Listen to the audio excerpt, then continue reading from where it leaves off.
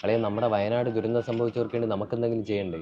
ഇതെവിടെ അല്ലല്ല, വയനാട്ടിലല്ലേ, അതവര് നോക്കിക്കോളും. എന്തിനാ ഞാൻ പറയണ കാര്യം നീ കണ്ണടച്ചൊന്ന് ആലോചിച്ച് നോക്കൂ. നീയും നിന്റെ ഭാര്യയും പിന്നെ നിന്റെ കുഞ്ഞും നിന്റെ അച്ഛനും അമ്മയും എല്ലാവരും കൂടെ രാത്രി കിടന്ന് ഉറങ്ങുകയാണ്. പെട്ടെന്നൊരു ശബ്ദം നിന്റെ വീടിന് നേരെ ഉരുൾപൊട്ടി.